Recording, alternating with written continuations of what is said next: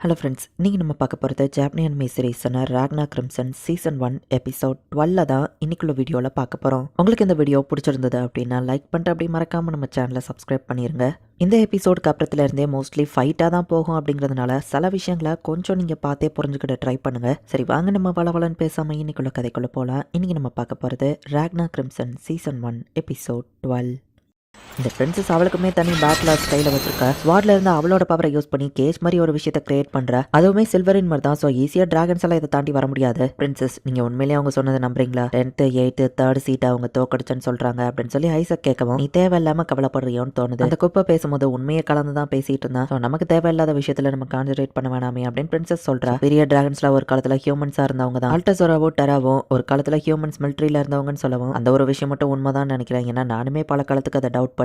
மேஜரோகா ஃபோ இவங்க எல்லாருமே மேஜிக் பவரோட பிறந்தவங்க. பட் அவங்களுக்கு ஏன் டிராகன் ட்ரைட்ஸ் இருக்கணும்? பெரிய டிராகன் பாக்குறதுக்கு ஏன் ஹியூமன்ஸ் மாதிரி தெரியணும்? டிராகன்ஸ் ஹியூமன் ஃபார்மை காப்பி பண்ணல, ஹியூமன்ஸ் தான் டிராகன்ஸா மாறி இருக்காங்க. அதுதான் என்னோட கெஸ்ஸா இருந்துச்சு. அதை இன்னைக்கு அவன் கன்ஃபார்ம் பண்ணியிருக்கான் அப்படின்னு பிரின்சஸ் சொல்லவும், பெரிய டிராகன்ஸோ ஹியூமன்ஸ்னா அது நம்ம ஃபைட்டே சேஞ்ச் பண்ணுமே ஐசக் சொல்லவும், ஒரு காலத்துல அதுங்க ஹியூமன்ஸா இருந்தா பெருசா என்ன மாறிட போகுது? ஹியூமன்ஸ் மற்ற அனிமல்ஸை வேட்டையாடி எப்படி சாப்பிடுறாங்க அதே மாதிரி தான் இது என்ன கிரேச்சரா இருந்தாலும் நம்ம ஃபைட் பண்ணி வின் பண்றோம் அப்படின்னு வா சொல்றா. இங்க நம்ம ஹீரோ தூக்கத்துல இருந்து கண் முழிக்கிறான். மணியத்தனை நம்ம ஹீரோ கேட்கவோ காலையில ஆயிடுச்சு அப்படின்னு கிரிம்சன் சொல்றா. மற்ற எல்லாருக்கும் நானும் 1-2 விஷயம் கத்து கொடுத்துட்டு தான் இருக்கேன் அப்படின்னு கிரிம்சன் சொல்லிட்டு, நான் உன்னோட சில்வரின் பேட்லாட்ஸை ஏன் யூஸ் பண்ண வேண்டாம்னு சொன்னேன்னு தெரியுமான்னு கேட்கவும், ஆமா எனக்கும் அந்த டவுட் இருக்கு அப்படின்னு நம்ம ஹீரோ சொல்றான். அதுக்கு முன்னாடி ஒரு விஷயம் சொல்லு, வால்டேக்காம பிய உன்னால இப்ப இருக்கிற கண்டிஷன்ல தோக்கடிக்க முடியுமா அப்படின்னு கேட்கவும், இல்ல முடியாது அப்படின்னு நம்ம ஹீரோ சொல்றான். ஆனஸ்டா பதில சொன்னீங்க. சுப்பீரியர் டிராகன்ஸ்லயே அவன் ரொம்பவும் ஸ்பெஷல் ஆனவன். நீ அவன் கூட டைரக்டா மோதுறது ரொம்பவே டேஞ்சரஸ் ஆனது. அதுலயும் நீ இப்போ உன்னோட பீக் கண்டிஷன்ல இல்ல. சோ நீ இப்போ அவன் கூட மோதவே கூடாது. நம்மளோட எனிமீஸ்க்கு உன்னை பத்தி ஆல்ரெடி தெரியும். வால்டேக்காமவே அவன் இல்லாத நேரத்துல அவன் ஆள் மேல கை வச்சிட்டேன் ரொம்பவே டென்ஷன்ல இருப்பான். அல்டசரா மட்டும் நீ இங்க இருக்கிறத சொல்லிட்டோம்னா வால்டேக்காமவே குயிக்கா அந்த இடத்துக்கு வந்துருப்பான். ஆல்ரெடி 2 சுப்பீரியர் டிராகன்ஸ், அது போக காமவே கூட வர நீ ஃபைட் பண்ணணும். ஸோ நம்ம வின் பண்ண முடியாதுங்கிறதுனால தான் உன்னை சில்வரின் பேட்லாட்ஸை யூஸ் பண்ண வேணாம்னு சொன்னேன். ஃபர்ஸ்ட் கேஸ் சினாரியோ நம்ம 2 பேர் மட்டும் தான் இங்க இருந்து தப்பிச்சு போற மாதிரி இருக்கும் அப்படின்னு கிரிம்சன் சொல்றான். ஹே ஃபோ,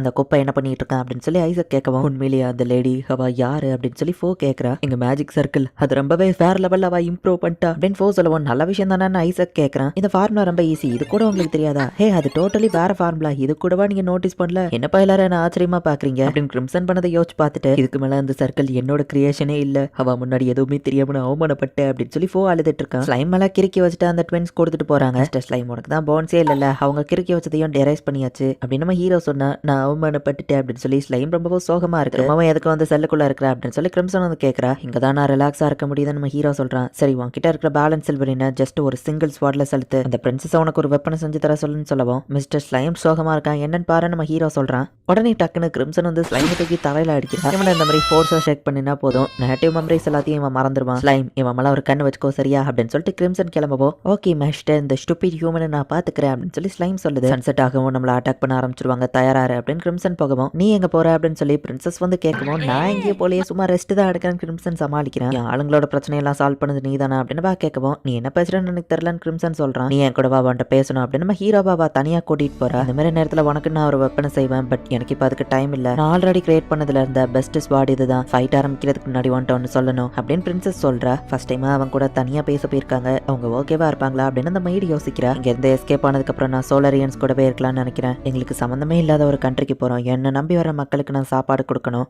சோலாரியன் சர்ச் என்ன முன்னாடியில இருந்தே ஒரு டிராகன் சோர்ஜா இருக்க சொல்றாங்க. வர அவங்க ஆஃபரை நான் ரிஜெக்ட் பண்ண, பட் இப்போ நான் அக்செப்ட் பண்ண என் மக்களை அவங்க ப்ரொடெக்ட் பண்ணுவாங்க. பட் சோலாரியன்ஸ் எந்த மாதிரி ஆளுங்கன்னு உனக்கு தெரியுமா? எனக்கு அவங்கள சுத்தமா பிடிக்காதா, அதான் அவங்க ஆஃபரை ரிஜெக்ட் பண்ணேன். பட் இப்போ நான் அவங்களோட அந்த டிராகன் சோர்ஜ் ஆஃபரை ஏத்துக்கிட வேண்டியதா கட்டாயம் ஆயிடுச்சு. அது எல்லாமே நம்ம பிளான் படி போனா மட்டும்தான். ஒருவேளை நான் அந்த பேட்டில் இறந்துட்டோம்னா எனக்கு பதில் நீ டிராகன் சோர்ஜ் ஆகுறியா? இதான் என் பீப்புளையோ சோல்ஜர்ஸையோ வழி நடத்தணும். என்னோட ரெஸ்பான்சிபிலிட்டியை மேல தூக்கி போடுறேனே அப்படின்னு நீ நினைக்காத. பதிலுக்கு நான் உனக்கு ஏதாச்சும் பண்ணணும்னாலும் சொல்லு அப்படின்னு சொல்லி பிரின்சஸ் பேசும்போதே, இல்ல என்னால பண்ண முடியாதுன்னு நம்ம ஹீரோ சொல்றான். எனக்கு இந்த ரீஜியனை சுத்தமா பிடிக்காது, நீ அங்க போய் டிராகன் சோர்ஜ் ஆக நம்ம ஹீரோ சொல்லவும், நான் ஆக முடியாது அதனாலதான் உன்கிட்ட கேட்கறேன்னு பிரின்சஸ் சொல்லவும், நீ சாக போறதா ஆல்ரெடி எதுலயோ எழுதி வச்ச மாதிரி பேசிட்டு இருக்க அப்படின்னு நம்ம ஹீரோ கேட்கறான். என் லைஃப் ஃபுல்லாவே நான் என்னோட இன்ட்யூஷன் சொல்றபடி தான் கேட்டு வாழ்ந்துட்டு இருக்கேன். இந்த பேட்டில் நான் இறந்துருவேன் தான் என்னோட மனசு சொல்லுது அப்படிங்கிற மாதிரி பிரின்சஸ் வந்து மனசுக்குள்ள யோசிச்சுட்டு, பட் என்னோட வீக்னஸ் வெளியே காமிக்க கூடாதுன்னு நினைச்சிட்டு, நான் என்னோட சோல்ஜர்ஸ்க்கு கமாண்டர், பேட்டிலுக்கு போகும்போது நான் எல்லா விஷயங்களுக்கும் தயாரா தான் இருந்தாகணும் அப்படின்னு சொல்லிட்டு, அவன் என்ன கியூட்டுன்னு நினைக்கலன்னு பரவாயில்ல அப்படின்னு நம்ம ஹீரோ முன்னாடி கத்தி நீட்டி, இது ஒன்னும் ரெக்வஸ்ட் கிடையாது, ஆர்டர், நீ இதை பண்ணி தான் ஆகணும் அப்படின்னு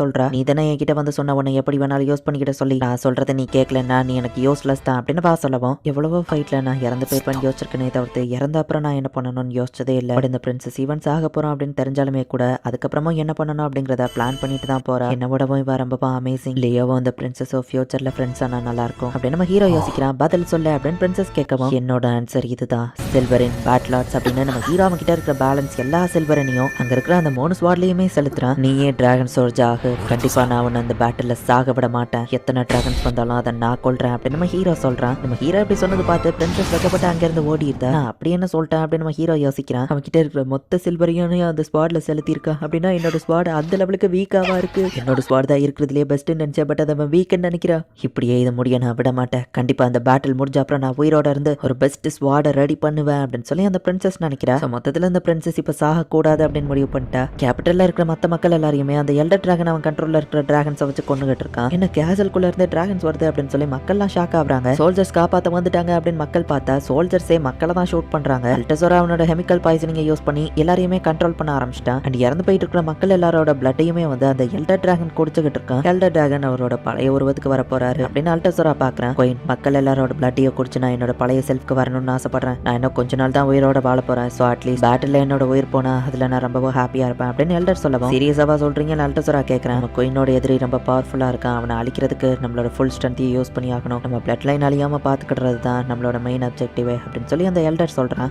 எல்டர் சாகணும்னா அவரே தான் முடிவெடுத்திருக்காரு. அட்லீஸ்ட் சாகிறதுக்கு முன்னாடி அவர் எங்க இருக்கணும்னு ஆசைப்படுறாரு. அப்புறம் ஆசைப்படி ஃபைட் பண்ணிட்டு போட்டு கூட அப்படின்னு வால்டே காமவி சொல்றான். சன்செட்டுக்கு அப்புறமா இப்ப டிராகன்ஸ் அட்டாக் பண்ண வரும் அப்படின்னு சொல்லி எல்லாருமே இப்ப ரெடியா இருக்காங்க. இவங்களை அட்டாக் பண்ண வர டிராகன்ஸுக்கு அதோட பாடியில இருந்து மேஜிக் உறிஞ்சுதான் டெலிபோர்டேஷன் சர்க்கிள் ஆக்டிவேட் பண்ணணும். அல்டசோரா அண்டர் கிரவுண்ட் வழியா ரூட்ஸை வச்சு அட்டாக் பண்றான். ஃப்ரண்ட் கேட்ல அவங்க அட்டாக் பண்ண ஆரம்பிச்சிட்டாங்க அப்படின்னு சொல்லவும் நம்மளோட பேஸ் அட்டாக்க தாங்க அப்படின்னு பிரின்சஸ் பார்த்துட்டு இருந்தா. டாரா வந்து டைரக்டா மேல இருந்து கீழே குதிக்கிறான். அவன் வந்து ஸ்பீட்ல மோதினாம்னா இந்த மொத்த பேஸுமே டெஸ்ட்ராய் ஆயிரும். டெரா இப்படிதான் பண்ணுவான், பட் அதை கவுண்டர் பண்ண நம்ம கிட்ட ஒரு விஷயம் இருக்கு அப்படின்னு சொல்லி கிரிம்சன் சொன்னதை யோசிச்சு பார்த்துட்டு தயாரா இருக்குன்னு பிரின்சஸ் சொல்றா. மொத்த பேஸுமே ஷேக் ஆகுது, பட் அந்த இடம் டெஸ்ட்ராய் ஆகல. அந்த பேஸ் இன்னும் டெஸ்ட்ராய் ஆயிருக்கணுமே அப்படின்னு அல்டசோரா பாக்குறான். டெரா என்னாச்சு, எப்படி நம்ம பிளான் ஃபெயில் ஆயிடுச்சுன்னு கேட்கவும் நான் டவர்ல கொலைட் ஆகிறதுக்கு முன்னாடி என்ன ஒருத்தன் தடுத்துட்டான் அப்படின்னு சொல்லவும் ஈவன் நீ உன்னோட டிராகன் ஃபார்ம்ல இருந்து ஒன்னு தடுத்துட்டானா, அப்ப அது ரீப்பரா அப்படின்னு சொல்லி அல்டசோரா கேட்கவும் ரீப்பர் இல்ல, அவன் பாடியில இருந்து சில்வரின் வெளியே வரல அப்படின்னு சொல்லி டெரா சொல்றான். ஒரு வேளை ரீப்பர் இங்க இருந்தாம்னா நம்ம உடனே வால்டே காமவிய கூப்பிட்டாக்கணும். ரீப்பர் இல்லைன்னா அப்ப இவனை நீயே சமாளிச்சிரு அப்படின்னு அல்டசோரா வந்து டெரா கிட்ட சொல்றான். நம்ம ஃபைட் பண்றதுக்கு முன்னாடி உன் பேரன் தெரிஞ்சுக்கணும் டெரா கேட்கவும் நம்ம ஹீரோ அமைதியா இருக்கவும் ஓ உனக்கு பதில்